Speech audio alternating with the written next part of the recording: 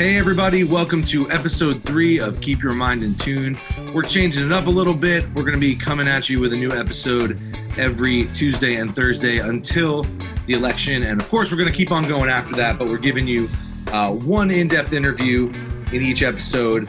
But to kick things off, another thing we're changing up, we're going to start off with a conversation with our musical guest for the day, Maggie Rose, followed by an incredible performance by her. And then we will go straight to the interview. Today's topic, talking about the Supreme Court, and it's going to be a good one. So check it out. Here's Maggie Rose.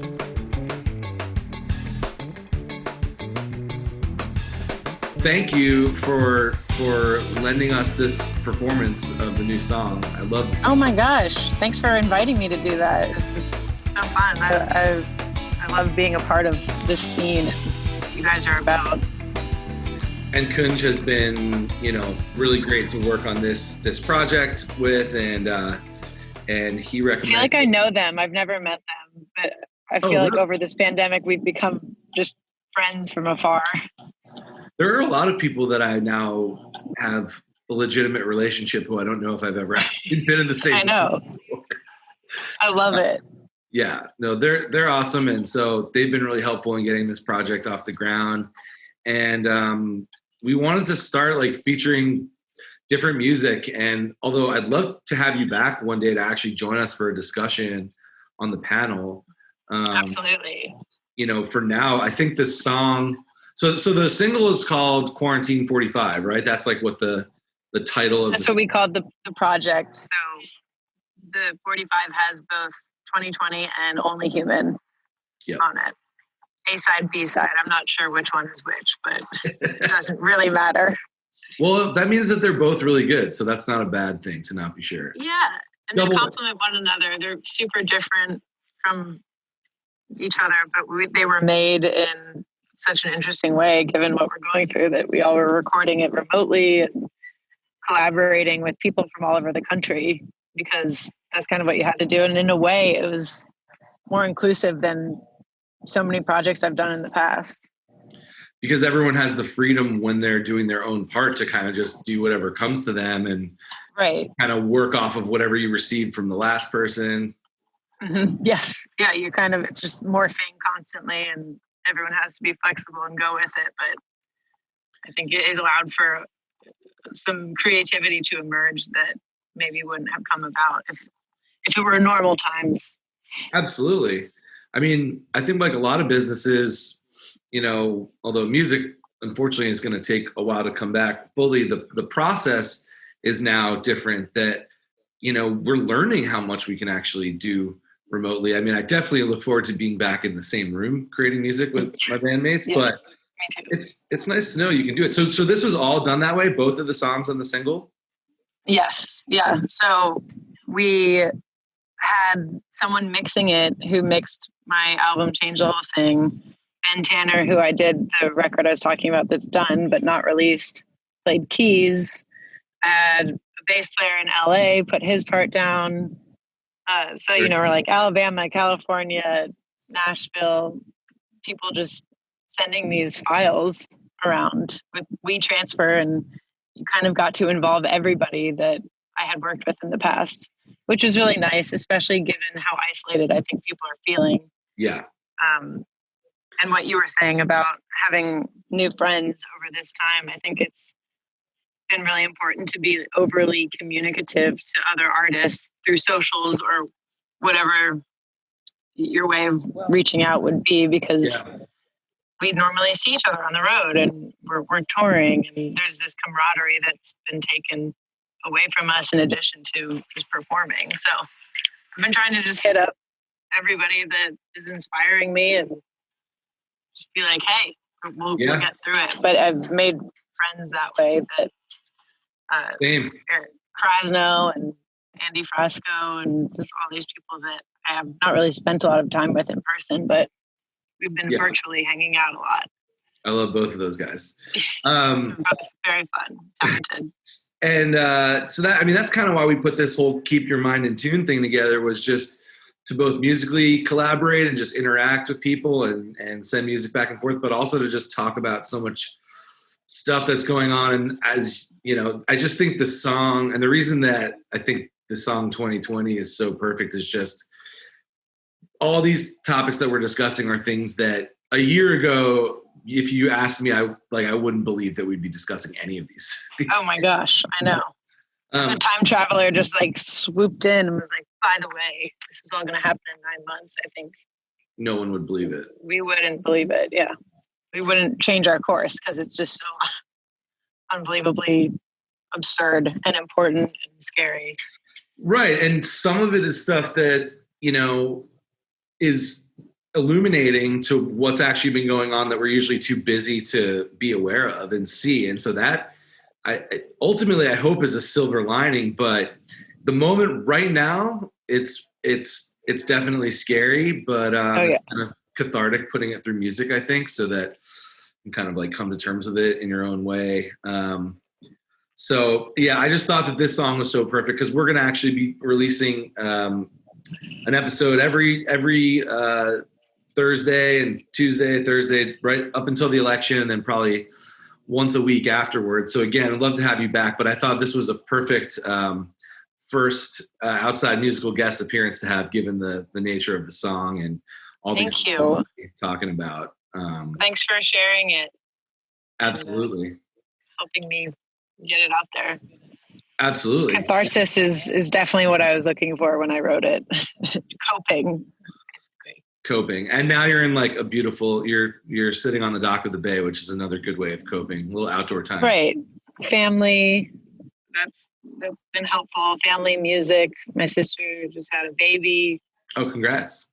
My husband and I know you've been talking to Austin too, but we work together and it's been a bit of an opportunity because we haven't stopped working and we're trying to generate ideas to keep my band engaged and keep their chops up. I mean, you can understand how touring is almost like a regimen that you need to keep up. And we played one outside socially distanced show that was a 90-minute set. And I was like, damn, this is, I mean, I was doing this 4 nights a week, some weeks for months on end, and you're out of practice. But it's also that human connection that you really feed off of the audience. It's such a symbiotic thing. So we went to see Goose the other night at a drive-in concert in Frederick, Maryland.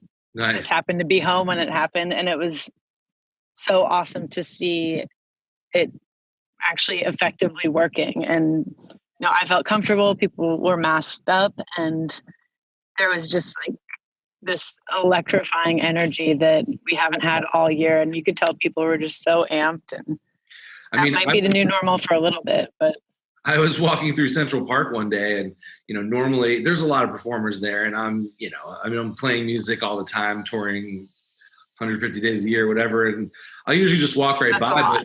But there was like a band playing, and I stopped and I listened. Right. I was like, oh my God, I haven't seen this happen for like 6 or 7 months. This is crazy. Oh yeah, we're so spoiled being in Nashville and New York, where you have jazz clubs and honky tonks and constant live music, that I realized how often I was spending my evenings out, school nights out, to just see a band at the Basement East, which was our favorite venue, destroyed by the tornado right before the pandemic. That's the song as well, right? Yes. So the song talking about the tornado is both literal and figurative. And I think there's been so much destruction to our way of life this year. But I think what I saw right after the tornado, and there was about a week in between the tornado hitting and the quarantine being enforced, everyone was outside immediately rebuilding the next day. And I think that collectively that's what we're all going to do, especially after this election is over. I think that Americans are going to make the right choice for the soul of our country. I do have faith in that. 2020 hasn't eviscerated my optimism yet. And East Nashville is just one extension of what I think are big music community is all about, and that's lifting each other up. And I never knew that everyone owned a chainsaw in East Nashville until the tornado hit. I was like, wow, everyone has a chainsaw. They're putting them to work. And yeah, I knew the surrounding areas that would be true, but I didn't know that of East Nashville. Right. I was very impressed. Or they just appeared that day, and you could hear it throughout the whole neighborhood, just this buzzing sound of people at work for many days after it hit. And 2020 came to me after John Prine passed away. Yeah. And I had this crappy electric piano up in our shed that was in our backyard and had been sitting there collecting dust forever. And when you're looking at a calendar that's just been wiped clean, I was like, well, now's the time to probably learn how to play this thing. Yeah. And it just unlocked a writing creativity in me that I had never really felt with just an acoustic guitar or writing to a track or what have you. And you can definitely it led me to it. You can hear it. You can hear it in the track. And with that said, let's check it out. This is a special performance of 2020. Let's take a look. Thanks, Dave.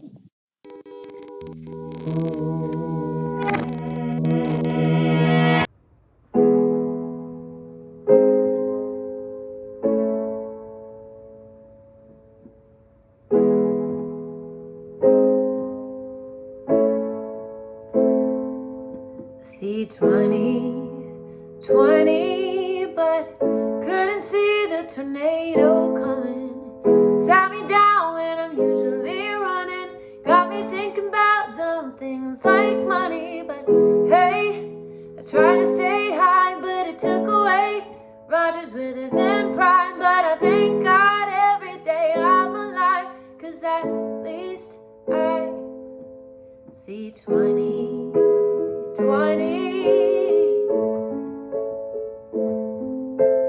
2020. Just another day gone by. I'm a bird in a cage, forbidden to fly in a world changed overnight into a place that I don't recognize. Another storm, we all gotta weather. Does it have to get worse before it gets better?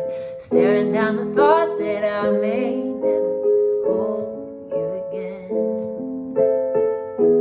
If this is the way it's always gonna be, 6 feet is where you can bury me. I see 2020, but couldn't see the tornado coming. Sat me down when I'm usually running. Got me thinking about dumb things like money. But hey, I tried to stay high, but it took away Rogers, Withers, and Prime. But I thank God every day I'm alive, 'cause at least I see 2020, yeah. 2020, yeah. Oh, save the day.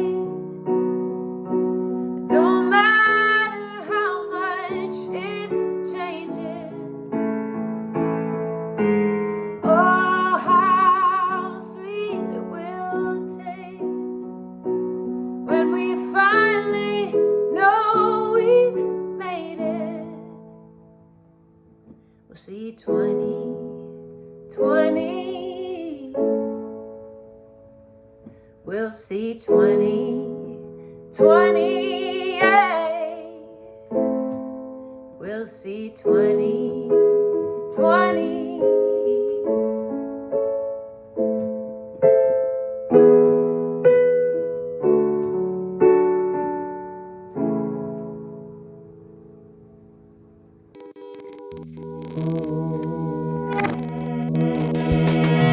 All right, so we are here once again with Kunj, Shah, and Nikki Glaspie on our music panel. Thanks for joining us here, guys.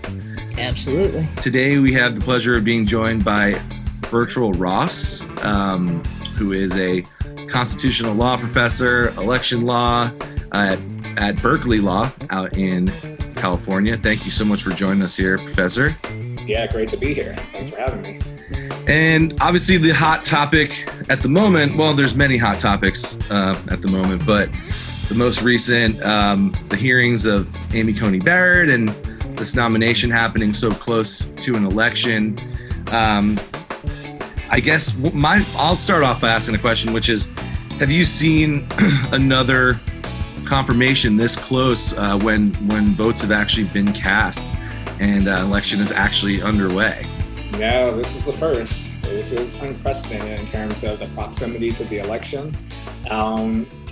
I think that we had a policy in place, or at least the Republicans, we thought we had a policy in place that we wouldn't have these types of confirmations after what happened with Judge Merrick Garland at the last year of Obama's administration. But it turns around they had a change of heart about whether you should have confirmation hearings during an election.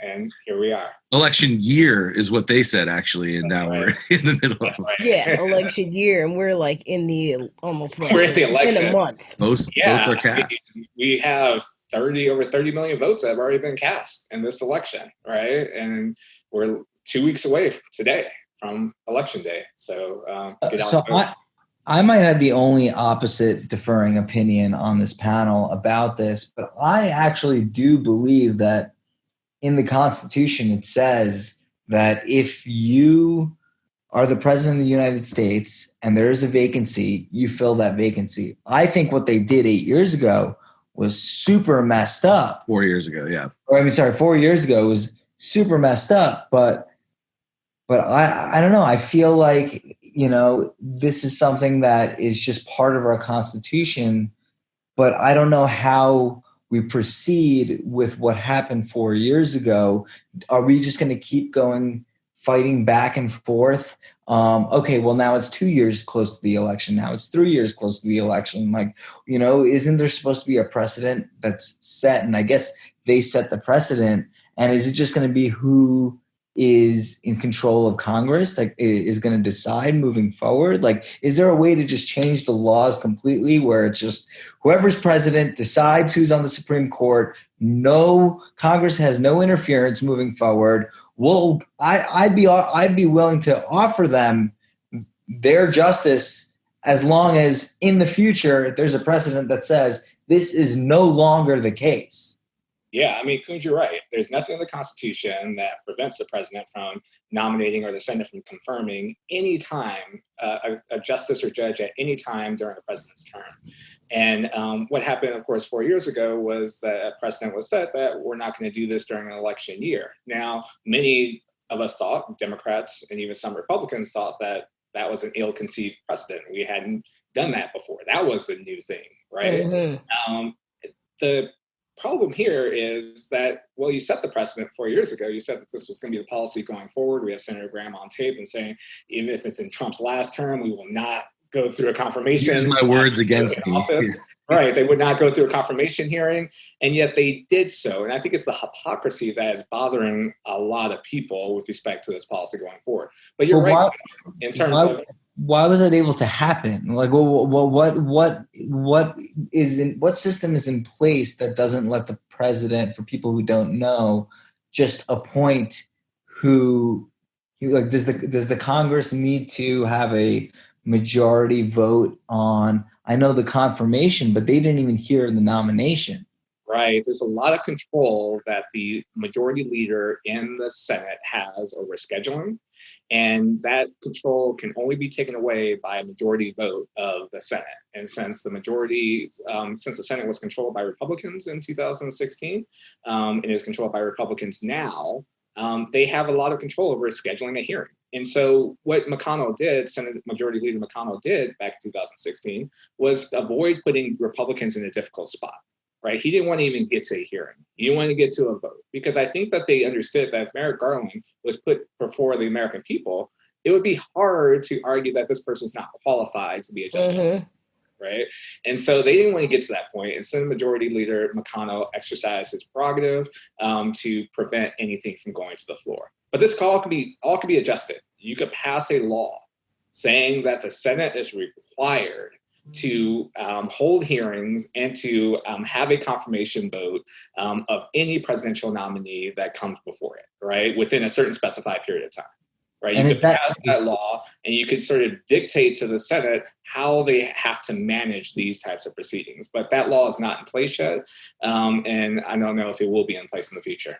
Does that have to go through the House and the Senate, or does that, and then has to be signed by the president? I mean, the Senate could establish a rule, but the Senate could just overturn that rule when it has control, when another party has control. If you want something to be more entrenched, you want to pass a statute that would have to go through the House and be signed by the president. Would the president be willing to sign a bill? I think he would, because this would give the president the certainty that their nominees would go through, and that there would be a statute in place that requires their nominees to go through a confirmation process. Not a favorable vote, but a confirmation process. But a confirmation process, yeah. Right. Now, were there always 9 Supreme Court justices? From my understanding that, there used to be, a system where maybe they had added different Supreme Court justices, but it had to do with like justices traveling on horseback to preside over like different cases. Like what's the story of that? Yeah, so there's 2 different things going on. Back in the early days of the Republic, the justices used to ride circuit, what they call a ride circuit. So they would sit on Court of Appeals as well as serving as Supreme Court justices. In terms of the number of justices, it's fluctuated between 5 and 10 over the course of our history. There's no constitutional requirement that there be 9 justices. This is just based on statutory mandates that set the number of justices at 9. So you can shift the number of justices upward, or if a justice dies or resigns or retires, you could pass a statute saying that the number of justices will be reduced by 1 or 2 or however many numbers. So there's no constitutional limit in terms of requirement with respect to the number of justices. Do you believe in packing of the court? Do I believe in packing of the court? I think it's a bit of a dangerous game. I just don't know what the end of packing the court would be. If one party decides that they want to add justices during their term in office in the Senate and controlling the presidency, then what's the limits, what's the constraint on the other party doing the same? And if you keep going down this tit for tat path, you're all of a sudden in a situation where my friend says, maybe we should have 100 justices on the court.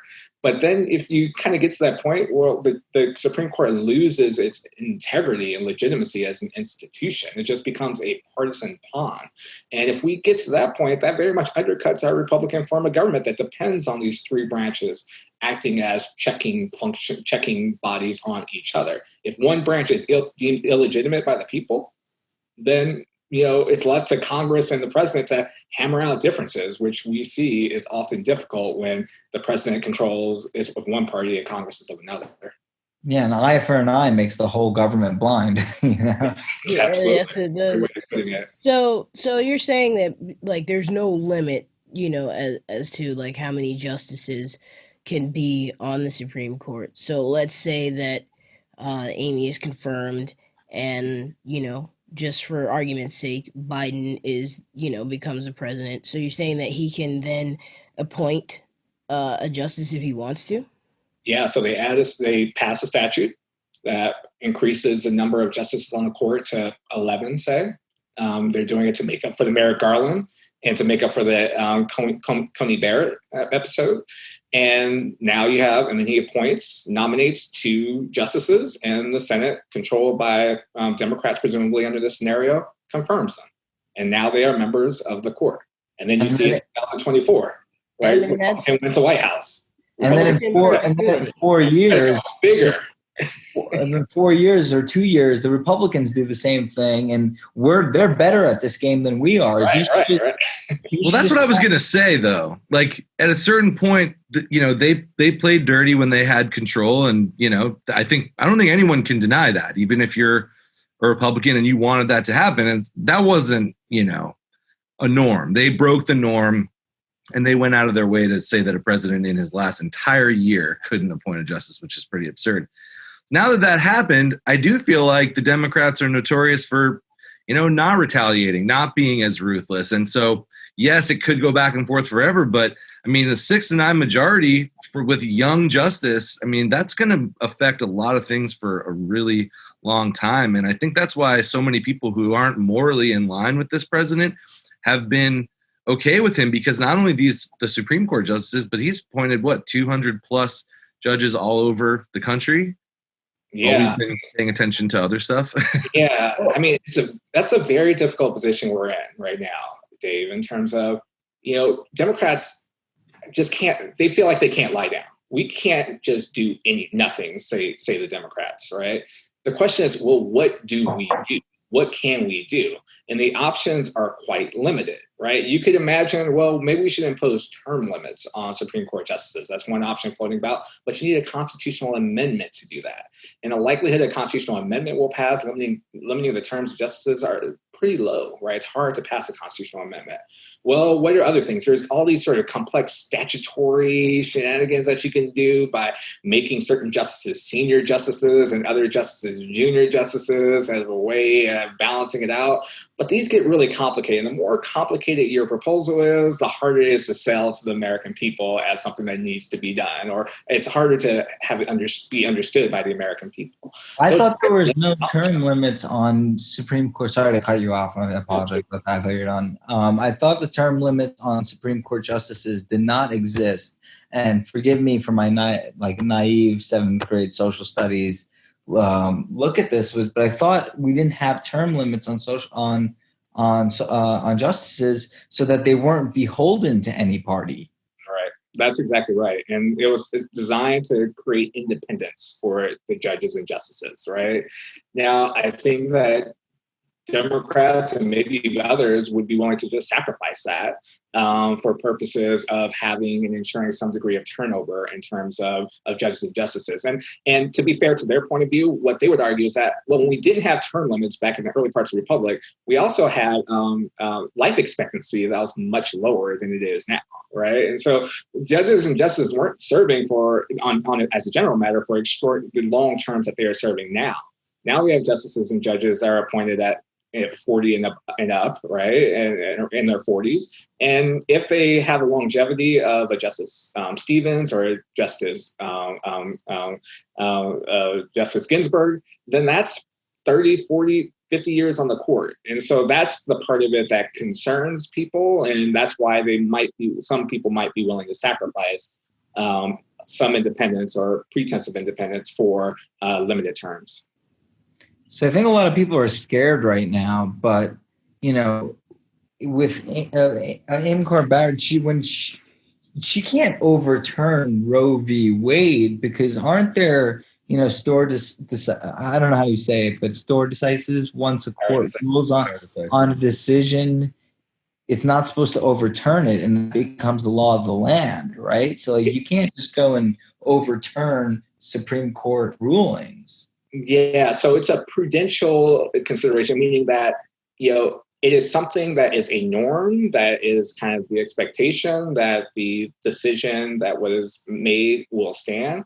But the Supreme Court has always given itself discretion to overturn precedent that it thinks is wrongly decided. So that was super precedent was not super precedent, right? It's the basis for overturning Plessy v. Ferguson, for example, a case that allowed for separate but equal, and ultimately allowed for Jim Crow segregation throughout the country. That was overturned in Brown v. Board of Education, right, which provided for integration or prohibition on segregation by law. And so, you do have courts in our history and some positive examples of overturning precedent. I think that many people would not think overturning Roe v. Wade is not as a positive example, but given the past in which the court has overturned a precedent, there is still the opportunity and discretion to do so now. And in terms of the specifics of Amy Coney Barrett, I mean, while she is,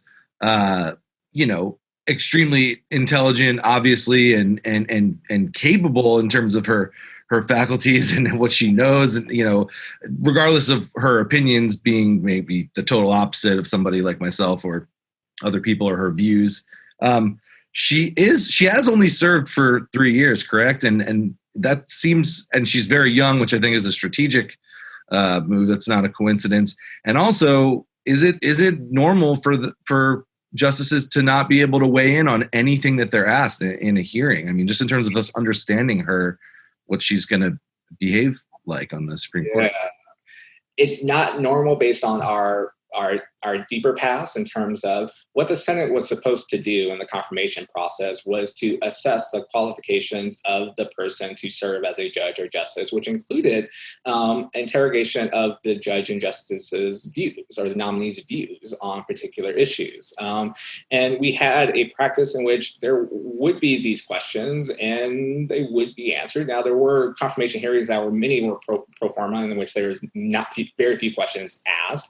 But in the beginning of the sort of early parts of the 20th century, we started to have a more inquisitorial approach to confirmation hearings in which senators would ask probing questions, and they would often get at least some answers, many more than Coney Barrett was willing to provide. Then we had the Robert Bork nomination in 1987.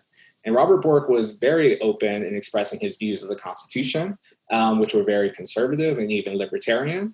And as a result, those views were weaponized against him, and he was rejected by the Senate. And so a new playbook emerged in which you say little, say nothing. Do not express your views, right? And Ginsburg kind of did that, right? Ginsburg did that, absolutely, right? And most rational nominees will do that. If that's the path to getting me confirmed to a job I've always wanted, I will follow that playbook. And so it's full of, let me just kind of provide you with an analysis of cases that you all know about.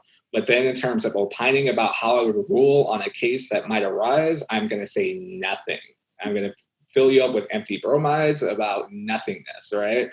And that was a playbook that Coney Barrett played to the extreme, right? We got nothing out of her, even the most non-controversial legal issues. She's like, I am saying nothing, because if I open the door to say something about anything, they might require me to say something about something more that might get me in trouble, right? The blank pad, I actually the blank pad, right? Which is a reminder: say nothing.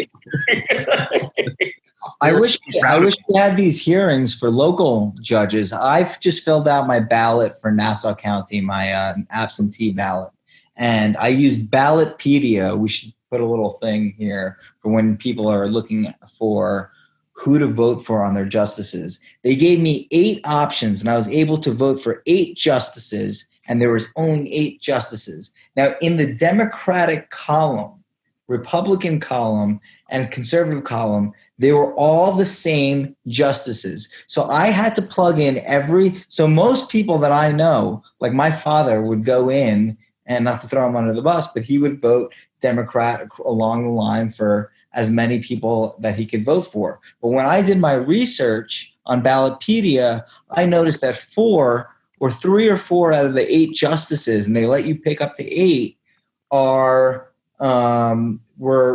had run as Republicans in the past, but now are running as Democrat, conservative, and Republicans. So people don't even know the views of who they're voting for. And if they're voting along party lines, they're voting for Republican judges without knowing it. And then there are some sections where there's only one judge, and that judge, even though it said Democrat, it was a Republican judge that you were voting for say, family court or something like that, And I don't know why that's going on. I mean, you're touching on a point that's just the really difficult aspect of democracy. Americans are being asked to make choices on so many things for which they have so little time and so few resources to be informed on these many things. And voting for judges is one of those things, right? And so at least in Nassau County, you have sort of partisan affiliation it may be inaccurate, which is very problematic, but there's a lot of places where you don't even have partisan affiliation of judges, right? You just have a name of a judge. How am I to know who this judge is? Right. How do I know what his ideological predisposition or her predisposition is? How do I know how she's ruling on particular cases, right? And yet you as an American are being asked to make that choice as to which judge should be appointed or continued for their term. And I think that that's a challenging part. Unless we're able to devote more education, resources, time to people to make these decisions, it's a question of whether these decisions should be made some other way. Awesome. So I actually have a question for you. Just like Kunj, like, you know, the 7th grade social studies education here. So can you tell me the difference between well, actually, I guess like what courts they serve and the difference between the two? The justices or the judges that are appointed like by the president. Like I'm aware that Trump put in 200 judges, as opposed to like the ones that we vote in. Like I don't really know the difference, you know, between the two and like how that works and what courts they're serving it. Absolutely. And that's a confusion for many, many Americans. And so what we have at the federal system is the constitutional requirement that these judges be nominated by the president and confirmed by the Senate. And these include district judges, which are trial judges, federal trial judges that exist in states throughout the country. They also include federal courts of appeals, for which there are 11 different circuits covering all parts of the country, and they hear appeals from these federal trial courts. And then there is the Supreme Court, of course, which hears appeals from the different federal appeals court. Now, what do these federal courts do? They're supposed to address federal questions arising under the Constitution or federal statutes. They occasionally hear state questions arising from state statutes or the state constitutions, but those are generally decided by state courts. Now, as to state courts, there are state courts in all 50 states, of course. Some states allow for the election of judges, right? And other states provide for the appointment of judges. So some states follow the federal model and provide for the governor to nominate and the legislature to confirm, and other states provide for the people to elect judges. And there's some variations also within those different types, but that's generally how it works. And so when you have a state and then you have judges even at the local level, county judges, right? Local judges that are working at the city level, right? And there's variations in how these individuals are, whether they're elected or subject to some sort of appointment system. So there's just so many variations based on the many levels of government that exist in our country that, again, creates a lot of the confusion about what do these judges do, right? And so state judges are supposed to handle state issues for the most part, and they can handle federal issues as well, though, which creates a complication. Local judges are supposed to handle local issues, but they can also handle state issues, right? So there's all this kind of complication that arises with respect to what these judges are appointed or elected to do, but they exist at all different levels of government. Following up on what Nikki said, why did Obama leave some of these spots open? Is that one of his biggest failures? Is it because he couldn't get them approved? Is that normal? Do most presidents do that? Or are we going to see long-term ramifications of it? Yeah, so I think that it has been a challenge when the Senate is controlled by one party and the president is controlled by the other party. Often the Senate will act as will obstruct Senate presidential nominees. And so what they'll do is they won't necessarily reject them by a vote, but they'll do what Senator McConnell did with Judge Merrick Garland, in which they won't schedule hearings for that particular judge, right? They'll keep delaying consideration of that judge. And so that's what Senate Majority Leader Mitch McConnell, he not only did it with Judge Merrick Garland, that was the most sort of notable issue that people are aware of. He did this with hundreds of judges that were put forth by President Obama. And that had led to these gaps. Hundreds of judges? Yes. Hundreds of judges. 200 plus judges that got appointed because of Donald Trump, because they were vacant when Obama left office. Exactly. So these vacancies, President Obama wanted to fill them, right? Now, there was some complaints about he was slow in nominating some folks, but that wasn't the principal problem. The principal problem was that he had to deal with an obstruction of the Senate, and therefore he had to kind of try to work to just get anybody through. And so all these vacancies that were left open, and it's also due to some retirements, gave Trump the opportunity to fill a lot of these positions, which will not only lead to a very conservative Supreme Court for the foreseeable future, absent changes in the structure of the court, but also very conservative Court of Appeals and very conservative federal trial courts as well, or disproportionately conservative trial. Until 5 years ago, I always thought that the judicial system was almost untouchable and that these judges were not political in any way. I was naive. I thought it was a very, just like, that is the one sacred part of our democracy, is the Supreme Court and all the courts in the land, and the judges are supposed to be nonpartisan. Yeah, that's the ideal, and that's what judges like Amy Coney Barrett try to sell to the American people, that all I'm here is to make decisions, as Justice Roberts said, call balls and strikes, to what Judge Amy Coney Barrett says, I'm just going to sort of interpret the law according to the law.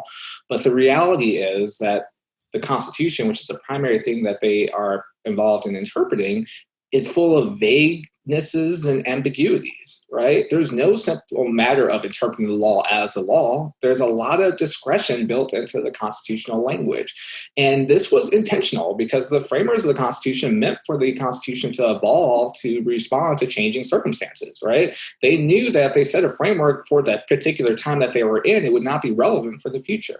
So they sought to make it relevant by making it more capacious and more open.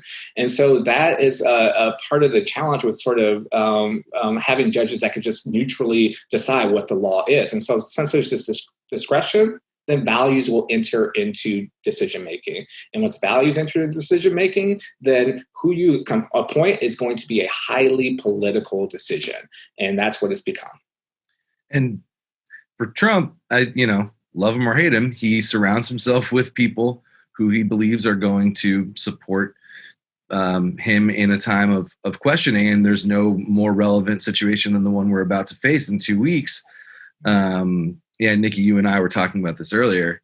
If it doesn't look blue night of and doesn't continue to look blue afterwards, and even if it does in terms of results, this is going to be unprecedented with how long we wait for results. He's been casting doubt. What are the possibilities there? I mean, if do electors technically have to vote for who the popular vote in their state, ends up going for? Can they assign them? I think technically they can assign them to whoever they want. So those governors could end up with it, the Senate, the Supreme Court. How, it doesn't, there's three possible ways, right, that could play out where he has the right people in place to keep him in power. Absolutely. So it starts kind of at the top with the court. You kind of have a Supreme Court in place that you think will be responsive to your preferences if disputes arise with respect to this election. And then if you look to sort of how the Constitution and the Electoral Account Act sets up the frame for deciding these elections, the state legislature has considerable discretion in terms of how it appoints, who it decides to appoint as the electors. So there's a Republican slate of electors that each state has, and a Democratic slate of electors that each state has. And then it's up for the legislature to decide which slate goes to Congress to be counted. And so you have a potential situation in which, there is a different leader on election day than what arises after the election, after all the ballots are counted. Now, if Trump is a leader on election day, I think it's probably likely that he will declare himself victor, even though the ballots have not been counted.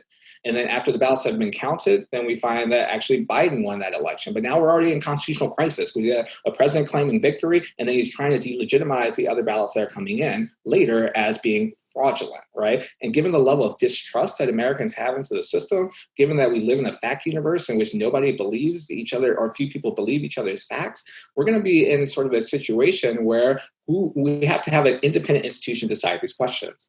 And that institution has historically been the court, right?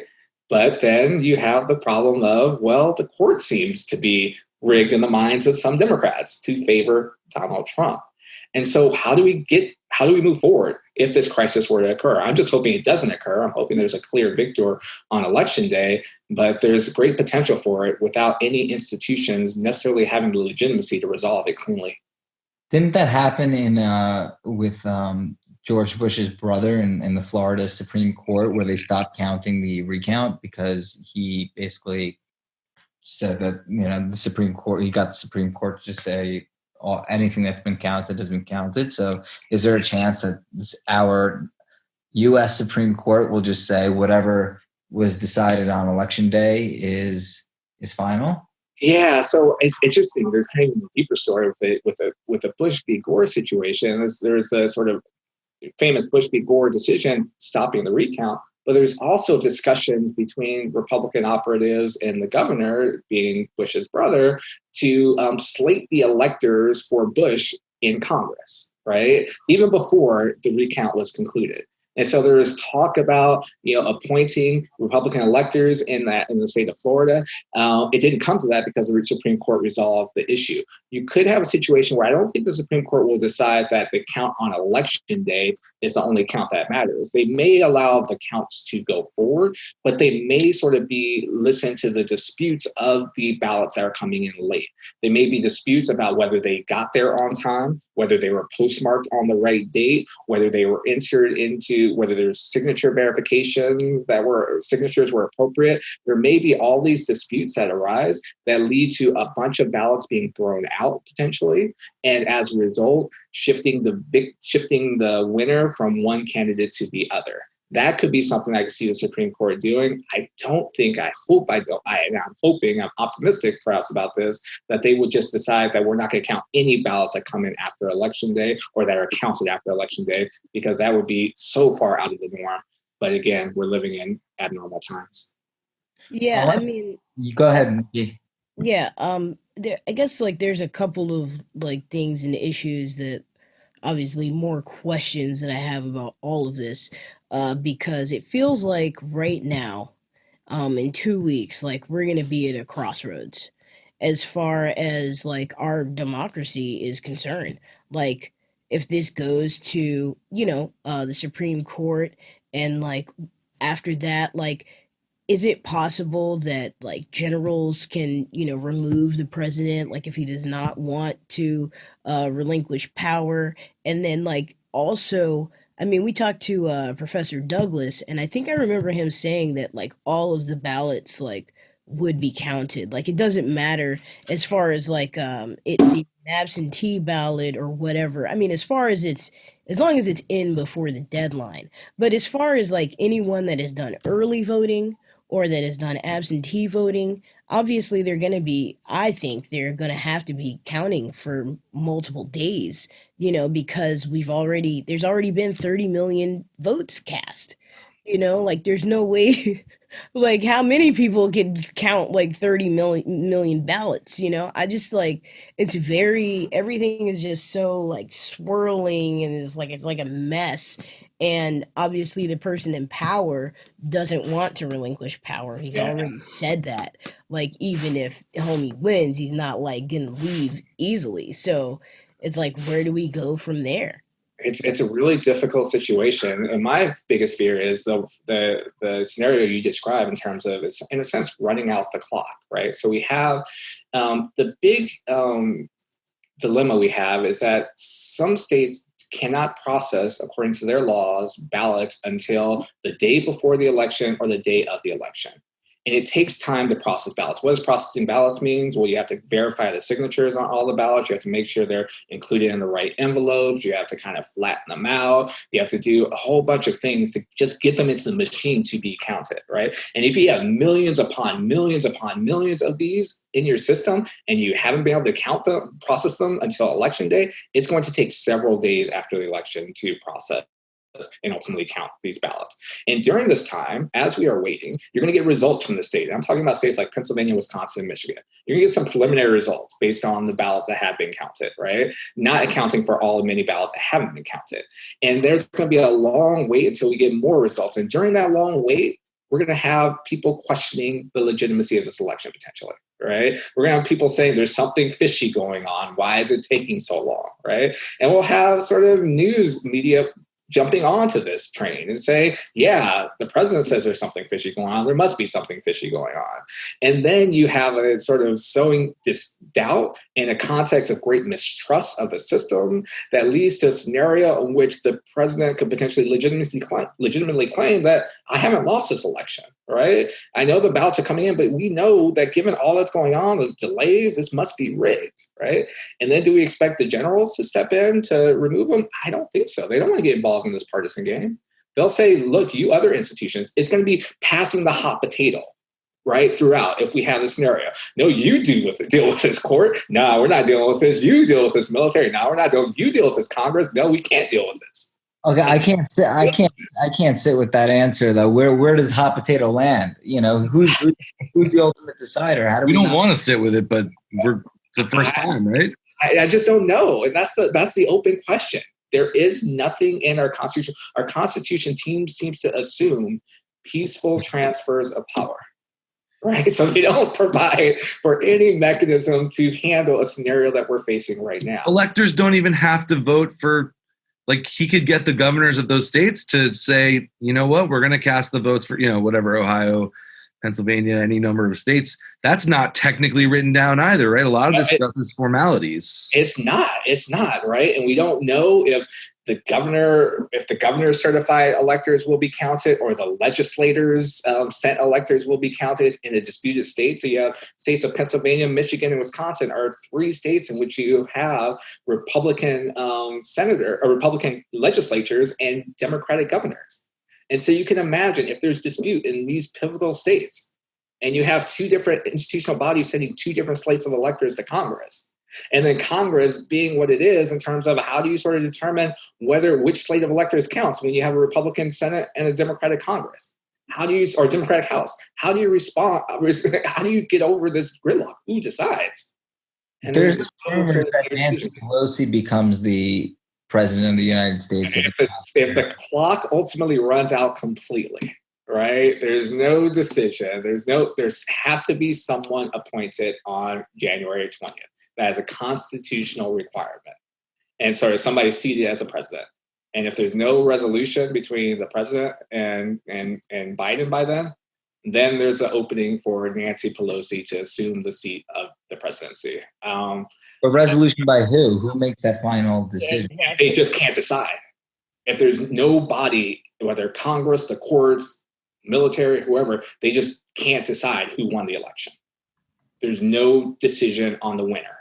And so if we get to that point by January 20th, then Nancy Pelosi is president of the United States and I don't know how long that continues. I'm sure Trump fans are going to be thrilled about that. Yeah. Right, I'm sure, right. I don't know how long that would continue, whether you just kind of keep trying to suss it out because we haven't had that type of situation before, and there's no statutory mandates in terms of or suggestions as to what you do in that scenario.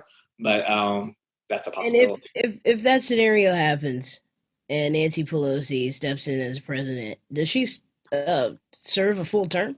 That's the question. I do not know the answer to that. It's all, see, like, this is the thing right here, right? Like, there is no definitive answer.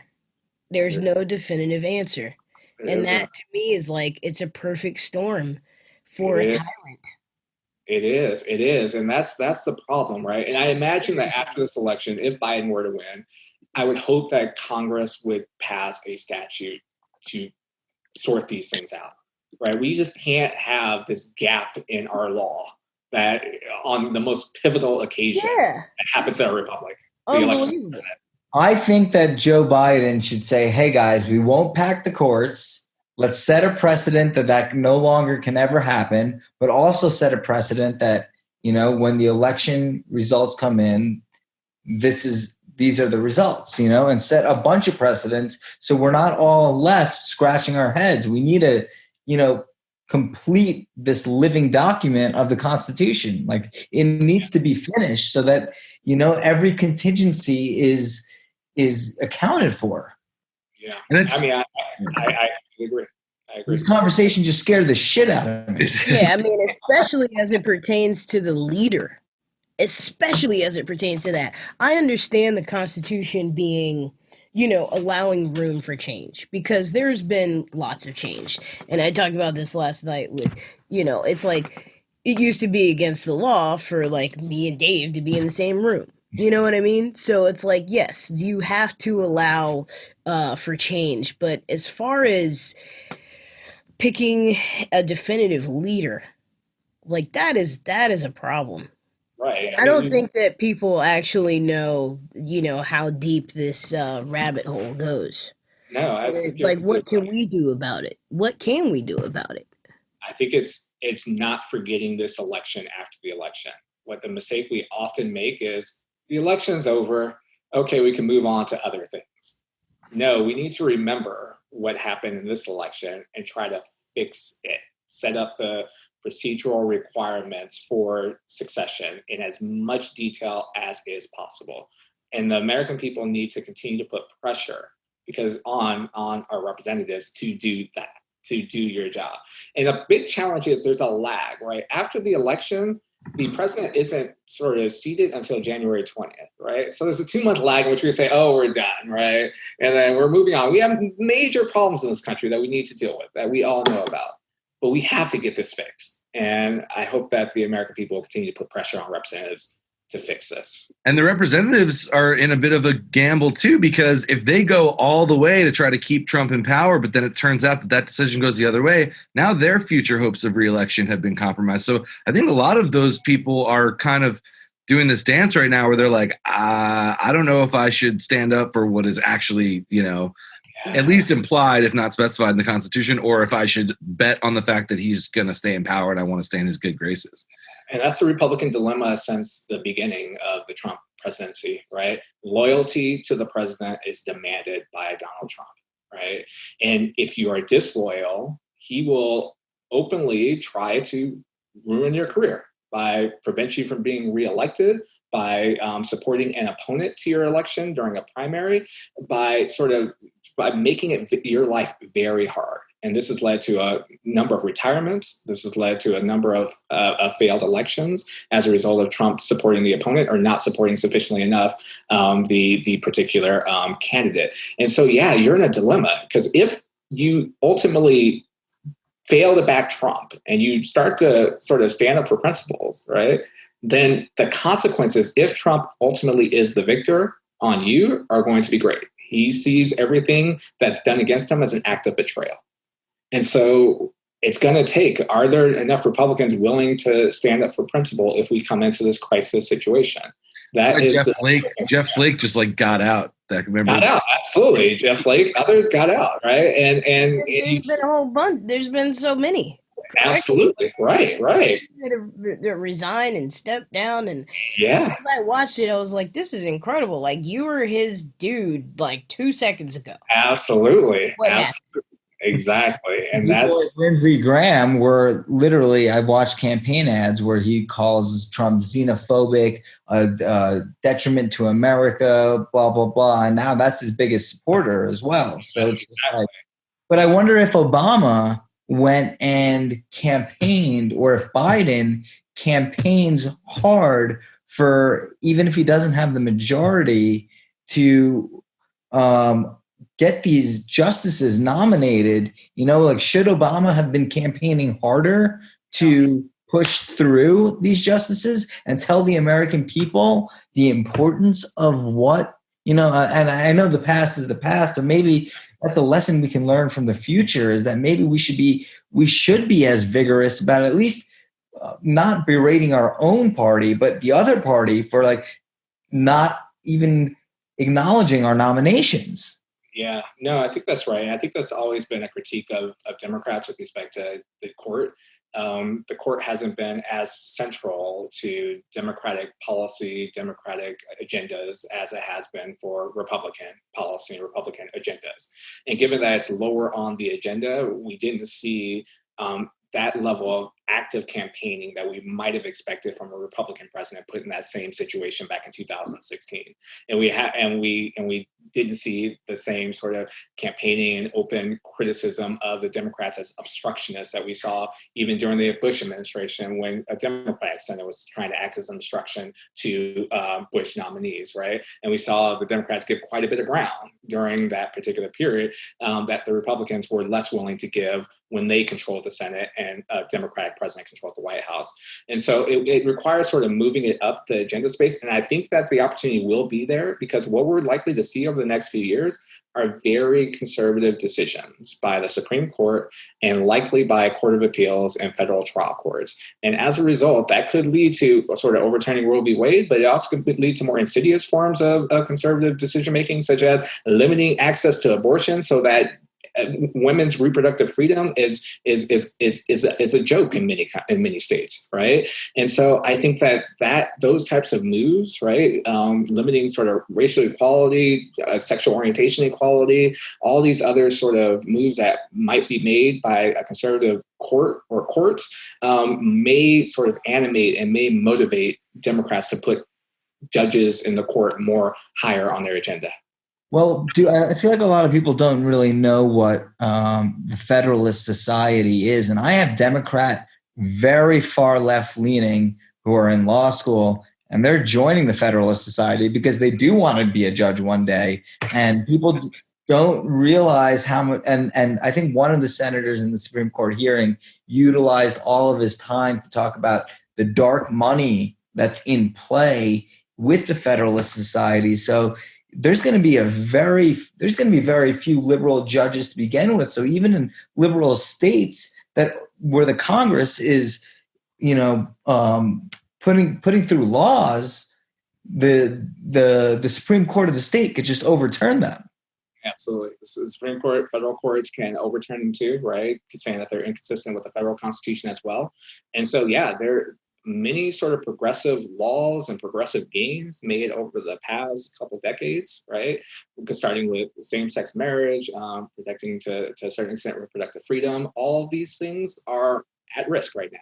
And courts and conservative courts have these cases or have these issues. Some of them haven't been in their crossfires, right? In the sense that I imagine that there will be decisions that very much limit reproductive freedom, that may subject to threat same-sex marriage, that may make guns more, or strike down gun legislation designed to restrict access to certain types of weaponry that are harms to the public. I imagine that this will be part of the agenda to move forward, more religion in schools, or more funding or allowance for funding of religious schools and such. I think that these will all be part of the court's jurisprudence going forward. And the question again will be sort of, how do Democrats and progressives respond? Well, for people who aren't listening, can you kind of explain what the Federalist Society? Sure, absolutely. And how dark money plays into it? Yeah, so the Federalist Society is an organization that started in, I think it was the 1970s, maybe the 1980s, that is comprised of, it denominates itself as nonpartisan in the sense that it's promoting a particular reading of the Constitution that's grounded in sort of an originalist methodology that accords with what the framers intended for the Constitution to mean, but it tends to orient in a very conservative direction in terms of their viewpoint as to what the Constitution requires, for example. And so the Federalist Society now exists in every law school, and it has an umbrella organization that exists in Washington, D.C., and they rely quite a bit on funding from different actors to advance its particular program. And so they advance their program through education programs in schools by bringing conservative speakers to law schools to express particular points of view. And what Federalist Society does well, and I appreciate, is that they also bring in an alternative viewpoint to counter that view. So there's kind of a back and forth, but it's allowance for conservative views to kind of get out there. But they're also a central mechanism by which, or a central institution that Republican presidents look to in terms of judicial nominees. They provide recommendations for judicial nominees. They rate judicial nominees, and it seems that Republican presidents have to, in a sense, get the approval of the Federalist Society for judicial nominees to satisfy the Republican base.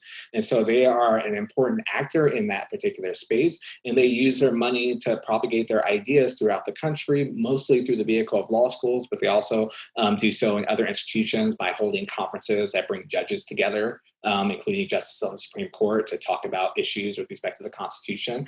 That has been very effective. And the liberal counterpart right now is the American Constitution Society, and it's a newer institution, and it has grown over the past decade, but it hasn't quite caught up to the impact and influence of the Federalist Society. We'll see what happens going forward, because these things can and probably will even out, but right now they haven't yet.